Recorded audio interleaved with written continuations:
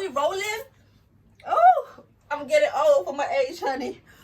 Oh, hey beautiful people, welcome back. First of all, thank you. Do you know what? I hit a little milestone. It's a bit of a cute one. I got 100 subscribers.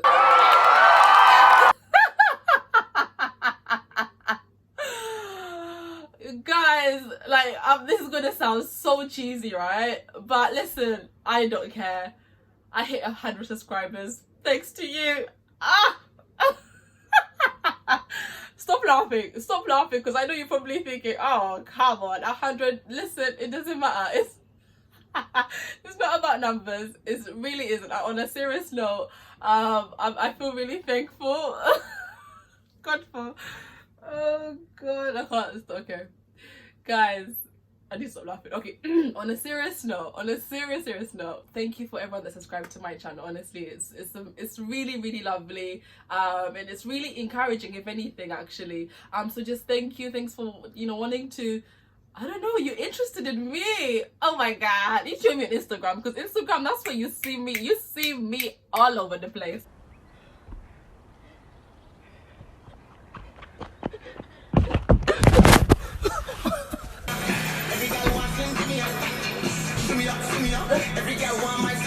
Hey! Anyways, so guys, today we're gonna do a positive pocket, and it's gonna be a little bit different. It's not gonna be about life, feelings, emotions, all of that stuff. But we're gonna talk about some money. We're gonna talk about finances, because why not? It's a bit of an important subject, and yeah, but I still want it to be fun, casual, and chilled. So I want to talk about credit score today. As always, I've got my notes and my handy dandy iPad that's got all my notes, which I'm gonna have to refer to during this little video. So guys, a little bit of a background, right? So I was one of those people that was just like, I know my finances, I know what's coming in, I know what's going out, I know it, man's got this in it. And then my sister was like, listen, you need to sort your credit score, and especially with, if you've got plans and goals with your money, you need to know what's going on. And I said, you know what, you actually know, it makes sense. So then I asked my friends, and I got a mix of answers. I got one of my friends telling me, do you know what, I actually didn't know my credit score until I was buying my first house, and that's when I found out what it was. And then I asked her, so are you keeping up to date? Do you know what's going on? She's like, no, I'm cool. And I've got other friends that have said, yeah, I know my credit score. So it's been like a mixture of answers, and I thought, you know what, it made me realize that there are people that out there that don't know their credit score, like I used to be like. And I know it's a really sensitive time in terms of like the economy, finances, just because of everything that's been happening with the world today. So it's also a really tough time for so many people. So I thought, why not talk about the subject of money and finances, which always makes people feel a bit uncomfortable, but we'll talk about it. So the purpose of this video really is I want to talk about a tool that I'm using, and I use Clearscore.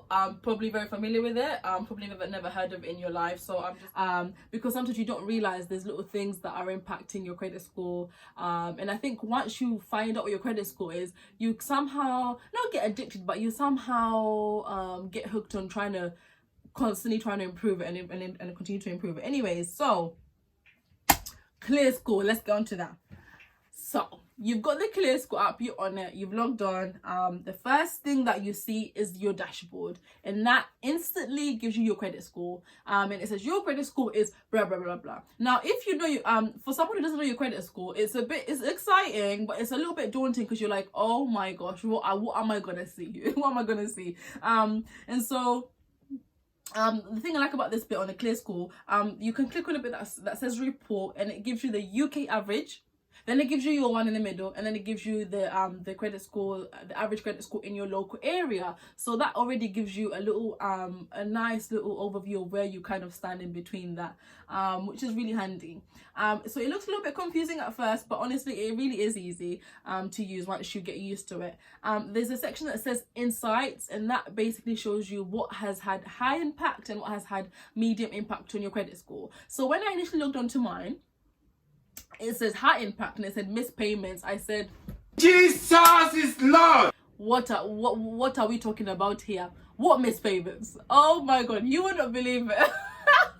I literally was so shocked. I said, how? What is it? So about 5 years ago, I used to do this most stupidest thing with my phone bill. I used to always call my phone provider every time my bill was due, and I'll call them and say, guys, can you just forward this to the next month because I'm unable to pay it. And I used to be like, yeah, that's fine, we'll forward it to the next month. And I probably done about 3 different times, right?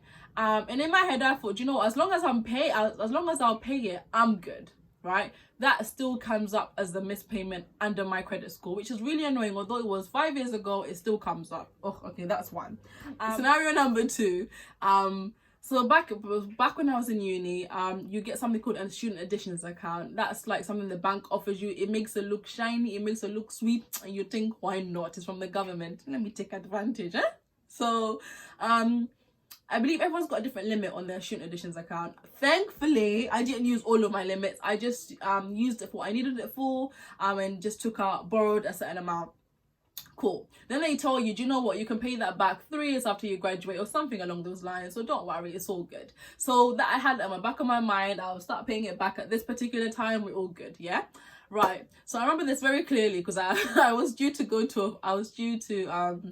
on holiday the following day. I get a phone call and they're like, hello madam, this is blah blah blah, we're just calling you regarding your student additions account. Basically it's missing a payment, you need to make a payment into it. I said, I think you've got something you mixed up here. I don't use that account anymore, but I know that it's just there and I'll be paying it back at a certain point. He's like, no, because your account has been inactive, you haven't actually put any money towards it, which is my mistake. I didn't know. Because you haven't put any money towards it, it's basically turned into blah blah blah, and you need to start putting money in it with an immediate effect. I said, sir, listen to me, I'm going on holiday tomorrow, I'm going to enjoy my money and enjoy life. I can't think about this right now, let me call you when I come back from my holiday. He was like, yeah, that's fine, you know, don't worry, enjoy your time, love, you know, have a good one, speak to you when you come back. I said, excellent, eh? Cool. I come back from holiday, I give him a call and I'm like, hi, I'm back, you know, what's going on now, explain to me properly what's going on, you know, how can we sort this out, whatever. Cool. Arranged it, we sorted it all out. Tell me why.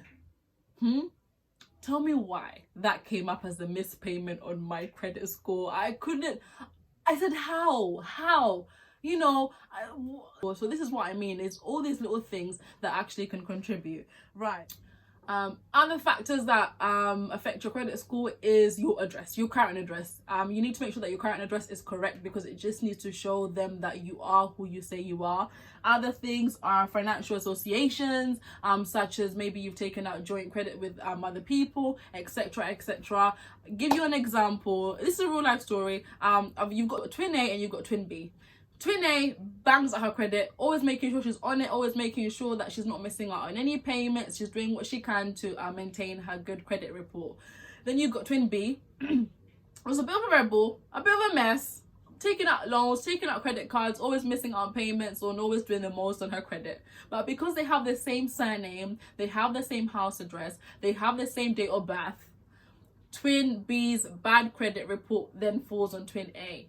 So on the Clearscore app, luckily it allows you to it allows you to change all of those things, and that comes up under corrections, and specifically a bit called corrections and other names, because sometimes you can have financial connections and names on your report, like that scenario I gave you. Also, being on the lecture roll is really important, making sure that you're registered on the lecture roll with your current address and your current details. If you scroll down a little bit, there's a bit that says other sections, and it gives you something called searches, something called hard searches and soft searches. For example, on mine, the soft searches that are coming up are for when I was looking for a car insurance. There was a time that I looked for different car insurance around the same time, very close to each other, and that came up when I was looking, and that's a soft search, which doesn't really have an impact or affect your credit score. But the things that can affect your credit score is a hard search. So on my one was when I took out my credit card for the first time. It gives me the dates and the year that I actually took it out. and it comes out as a hard search, and that can bring your credit score down, especially if you're constantly searching for credit cards online, etc.